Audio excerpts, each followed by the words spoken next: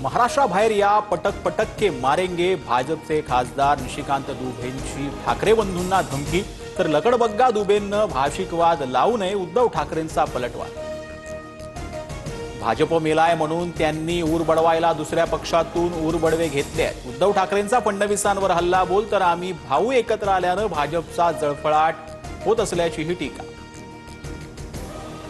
महाराष्ट्र आमच्या जीवावर पोसला जातोय, उत्तर भारतीयांची तळी उचलताना भाजपच्या दुबेंनी अकलेचे तारेट तोडले। महाराष्ट्र आमचीच भाकरी खात असल्याचाही जावा इशू।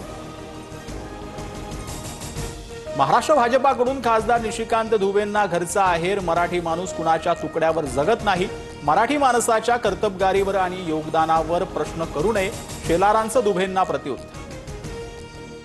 युतीवरून बोलू नका, राज ठाकरेंच्या मनसैनिकांना सूचना। राज ठाकरेंवर टीका नको म्हणत शिंदेंचीही नेत्यांना आदेश, तर आमच्याकडून पुढे केलेला हात कायम, राऊतांचं भाष्य।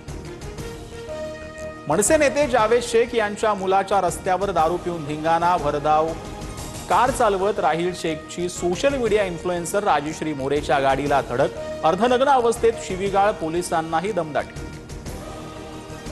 जावेद शेख आमचे पदाधिकारी, मात्र राहील शेखचा मनसेशी संबंध नाही, पोलिसांनी योग्य ती कारवाई करावी, मनसे नेते अविनाश जाधवांची प्रतिक्रिया। सर्व भारतीय भाषा राष्ट्रीय भाषा आहेत, भाषावादावर आरएसएसची भूमिका, प्राथमिक शिक्षण मातृभाषेतच मिळालं पाहिजे, आरएसएसचे अखिल भारतीय प्रचार प्रमुख सुनील आंबेकरांचं विधान।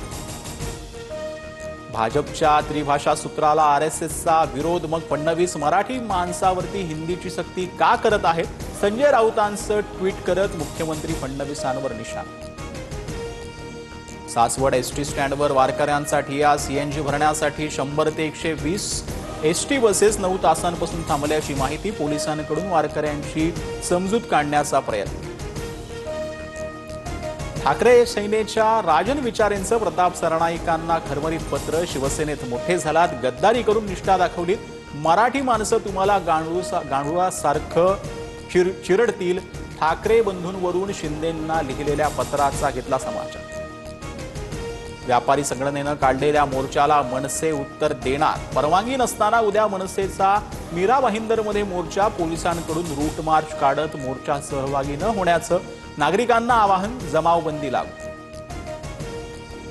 यंदाच्या आषाढी वारीनं मोडले सर्व विक्रम, पंढरीत तब्बल 27 ते 28 लाख भाविकांनी दर्शन घेतल्याची नोंद, एआयच्या साहाय्यानं केली मोजणी।